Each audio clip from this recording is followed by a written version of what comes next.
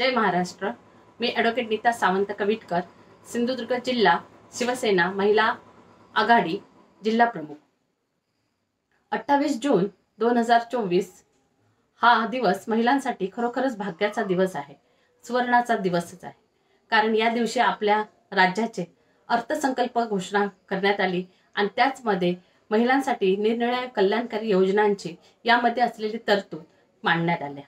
आपल्या सर्वांचे लाडके मुख्यमंत्री माननीय शिंदे साहेब यांच्या नेतृत्वाखाली महिलांसाठी अनेक कल्याणकारी योजना राज्य सरकारने राबवलेल्या आहेत। यामध्ये सर्वात महत्त्वाचे म्हणजे मुख्यमंत्री लाडकी बहीण ही योजना आपल्या 28 जून रोजीच सुरू करण्यात आली व या योजनेची अंमलबजावणी करण्याची घोषणा मुख्यमंत्री साहेबांनी केलेली आहे। खरोखरच या योजनेचा फायदा आपल्या सर्वसामान्य महिलांना आर्थिकदृष्ट्या सबळ होण्यासाठी अत्यंत होणार आहे। कारण ज्या महिलांसाठी या योजनेअंतर्गत त्या पात्र ठरतील त्यांना दरमहा 1500 रुपये त्यांच्या खात्यावर जमा केले जाणार आहेत, त्यांना मिळणार आहेत। खरोखरच ह्याचा फायदा जवळजवळ 2 कोटीपेक्षा जास्त महिलांना होणार आहे आणि ज्यावेळी महिला सबळ होते आर्थिकदृष्ट्या त्यावेळीच खरंच तिचा सामाजिक जीवनात तिच्या बदल घडून येत असतो आणि ह्या सर्वांचं श्रेय माननीय मुख्यमंत्री साहेबांनाच जातं।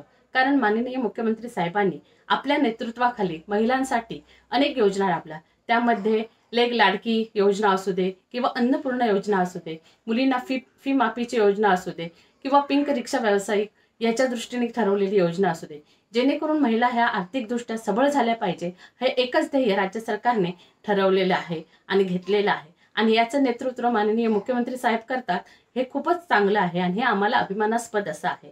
मी माझ्या सर्व सिंधुदुर्गातील महिलांच्या वतीने खरोखरच मुख्यमंत्री साहेबांची खूप खूप ऋणी आहे, ज्यांनी महिलांसाठी अनेक कल्याणकारी योजनांची तरतूद नवीन अर्थसंकल्पामध्ये व पूर्वीही केलेली आहे आणि ह्याचं सगळ्याचं श्रेय आपल्या नेतृत्वालाच जातं।